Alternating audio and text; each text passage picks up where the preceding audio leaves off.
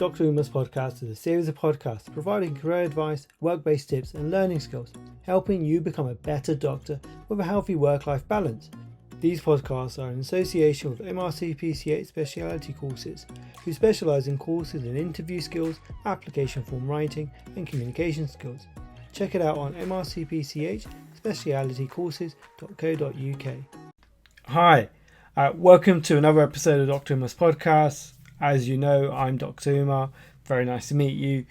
Whether you're listening to this on YouTube or hopefully I would have made my way to one of the podcasting platforms. But today's episode is going to be about preparing and getting ready for the membership exam. And I'm going to do this in two parts. In this particular episode, what I'm going to be talking about is when should you be starting your revision, when should you think about doing your clinical exam, and then going to talk about books and also talk about courses. And then in the second part, I'll be discussing about how you prepare your revision in terms of group and doing stuff alone and thinking about the stations and then things that may go wrong in the actual exam.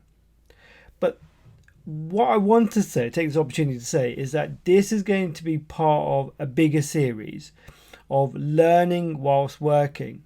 It's something I hear a lot from a lot of people that, I find it really hard preparing for my exams or even just learning as part of my job because we're so busy, aren't we? So busy being service provision, trying to see everyone and do everything and also get the other things on our CV that's really important. That when do I actually get a moment to learn and try to be a better doctor? So what I'm hoping to do is I'm going to sort of go through these topics, and I thought actually a best place to start is the actual exams. So after I've done these episodes, I'll be talking about the written papers and then hopefully talk about other things around this topic. Anyway, so let's start with the clinical exam, because as I'm recording this now, people are now thinking about whether they're going to be sitting it and applications are going to open. So I thought it would be a good time to talk about that. So when should you start? Now, I would say that if you've done your written papers, you've done what I used to call part 2, which I think is AKP now, you should really get on and do the exam. There was this thinking originally that you should be quite senior as a pediatrician, like, don't do it until you're ST3, because then you would have, seen a lot more, done a lot more, and you'd be more experienced. But I've always been against that, and I've always advised my SHOs against that thinking, because actually when you've done the second written paper, a lot of that is based on signs and management. So the information is very fresh in your head. So you should utilize that opportunity to just get on and do your clinicals. And to be fair, once you're cleared your clinical exams, and I know the ordering has changed now, in which you can do things in different orders now. But once you've cleared all your exams, people are more receptive to you to get involved in bigger projects, and they give you a lot more opportunity. So I just think you should just get on and do the exam and finish them as soon as you can. I don't think there's any merit in waiting that long. Plus, to be honest with you, if you don't pass and you have to resit it, you have time to do it, and you're not pressured. Now, fortunately, things are different now. So again, when I was sort of at this stage of my career years ago, you couldn't progress to be a registrar until you've actually finished your exams. And it was a lot of stress. I was under a lot of stress at ST3 trying to complete my exams. And I found the first time, I'm not going to lie to you, I failed the first attempt. So to fail and then have that added stress about, I'm not going to be able to progress in my training. And I always had, my subspecialty training in the back of my head that I'm working towards this and this is going to delay me. So I put myself under immense pressure. Now you can go and become a registrar and you're given a grace period. So that's good, but I don't think you should delay your your exams? So that's one part of that question. The second part is, well, when should I start revising? And that really depends on a couple of variables. When are you asking yourself this question, and when is the actual exam? Because if it's, if it's quite close, then get on with it. But if you've got time, you're like, well, I don't want to start too early because then I just get bored. And when I should be, towards the end, when you're sort of trying to, run those last 50 meters and, you're like at the home stretch, as it were. So you don't want to start too early because then you just get bored and tired and burnt out. But you also don't want to start too late because then, you put yourself under pressure. You got to think about, well, firstly, what's your rota like? So do make sure once you've booked your exam and you've got the date, wait in advance, have a look at the rota. Are you doing a load of nights before the exam? That's not ideal. You doing long days? What's your shift pattern like? Is that going to affect your performance? Is that going to affect your sleep? Coming off nights and trying to get back to your body clock. I mean, I'm not going to lie to you now, I find it really hard, coming off nights and getting back to days. So is that going to affect you? And these little things could be, a matter of 1 mark, pass or fail. So think about that. Do swaps and see how much the rota is going to affect your revision time. Second thing is, so what else is going on in your life? Do you have commitments? Do you have a family? Do you have things to do? Other things that go on in your life? Think about all those other things. Are there special events coming up? Are they going to affect your revision time? If they are, the sooner you start and doing it in small chunks is going to be far better for you in terms of your success.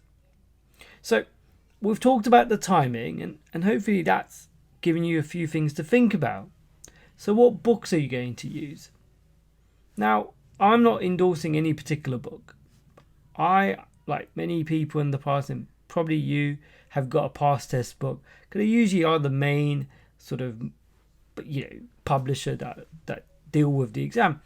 But to be honest with you, it doesn't really matter which book you use. What is really important is whichever book you have, you dissect it. So don't, be like a medical student where you're just taking every book out of the library and you're trying to study everything in one go. Because most books all say the same thing. There will be the odd nugget of information that's different, and maybe the layout slightly different, but they're all pretty much telling you the same thing. What I would say to you is get one book, dissect it, read it, try to understand it. Don't start making notes. I think we have a habit, or I did anyway, where I would read a book for the first time, and rather than just sitting down and reading the content and understanding what was what was on the paper, I'd start making notes, putting things in my own words, with the idea that, I'm learning as I'm writing. I wasn't. I've come to realize later on in life, I'm not learning anything. It may be a semi sort of rehearsal thing, but it's not effective learning. And then you look at what you've written, maybe another time, another day, and then you try to summarize or revise from what you've written. You make smaller notes, and then you just make notes like those Roman dolls. You just make from big notes to smaller notes to smaller notes to smaller notes. None of those are it's not effective learning, and you don't have time anymore. When I was a medical student, I had luxury of time. Now I don't have that. So I've got to be more effective the way I learn. And I think actually reading something and digesting it, not writing notes, because actually let's think about it, after 4 hours of writing notes, you realize, what have I learned in these 4 hours? Probably not a lot. So you're going to have to do that and think about what you've done, and then sort of go away and read around the topic. There's a word that I didn't really understand. There's a sign. What's that sign all about? What does it look like? Let me Google that. Let me see the images. Once you've really understood those, particular points, and you've dissected the book, I think you get more out of it. And then you can go to the other books and then start summarizing or just reading through, and you're like, well, this is revision because I've sort of half or pretty much understood this topic now. So I'm reading it as, and it's going to say pretty much the same thing, but it's effective revision. But then I'll notice that this is something different. There's another bit of information that wasn't in the other one. So that's going to stand out. What I probably do is make like a summary sheet with all the key points, something I can refer back to, especially when I'm revising. That's really useful. Courses, again, should you go to every course that's available? Well, to be honest, if you've got the money, by all means do it. Is it cost effective? Probably not. Is it, I know that study budgets have changed now, and actually you've got quite a large budget, if not quite unlimited. That's not going to be ideal. So I think from that point of view, pick any course. As long as you're doing practical things, it's not a virtual course, though if that's your last resort, I guess, that's fine.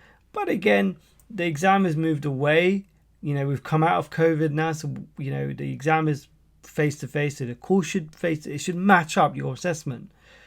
So go to a practical, see real patients, see real signs, meet people that are actually assessing the exams, because they'll be able to explain things to you. And maybe 2 courses might be ideal. But again, I think it's about how good the course is. Now, do I endorse any course? Not particularly. Yes, I've been on some, but I think you need to find out by people that have recently been on these courses what it was like. Was it worth it? What is their outline? How are they conducting, sort of doing the course, and then make your own decision. But how can you do stuff beyond that?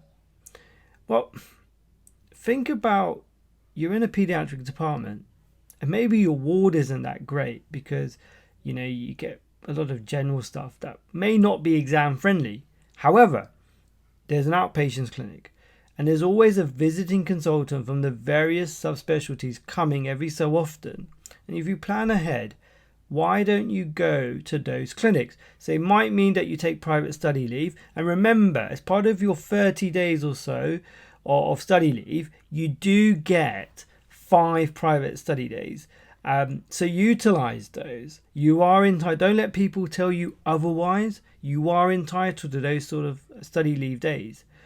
And go or just rearrange, negotiate with people about leaving, or maybe do a half day, whatever the case. But get yourself to clinic, because those are the patients that that are going to be used in the exams. And these patients coming to not the general clinic, the specialist clinics, they're the ones with the signs. Those are the ones having those conversations that you're probably going to be asked to have with patients, in the exam. You're also going to have you've got the person there, right? The specialist there. You can ask them, well, how would I, elicit this sign? What does it mean? What does it die? All the things that you've been revising, and you're like, I don't really know. I don't really get that. Ask them. They're there. They know, it's their bread and butter. Who better to ask?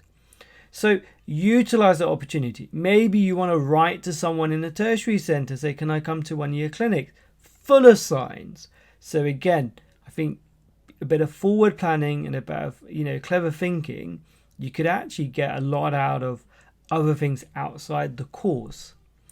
So for me, I think, there's a lot of resources out there, beyond the course. There is your outpatient. You've got YouTube as well. YouTube. Actually, I should. Why am I not talking about YouTube? Here you are listening to me. There's resources on YouTube. There are videos done by deaneries doing examinations, talking about science. Watch them.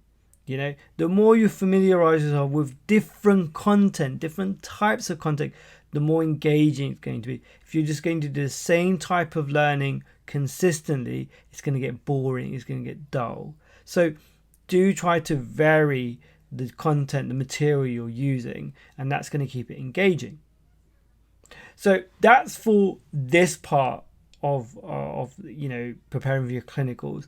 In the next part, I'm going to talk about how you can practice and where your focus should be, and talk about certain things that may go wrong in your exam and how you can address those.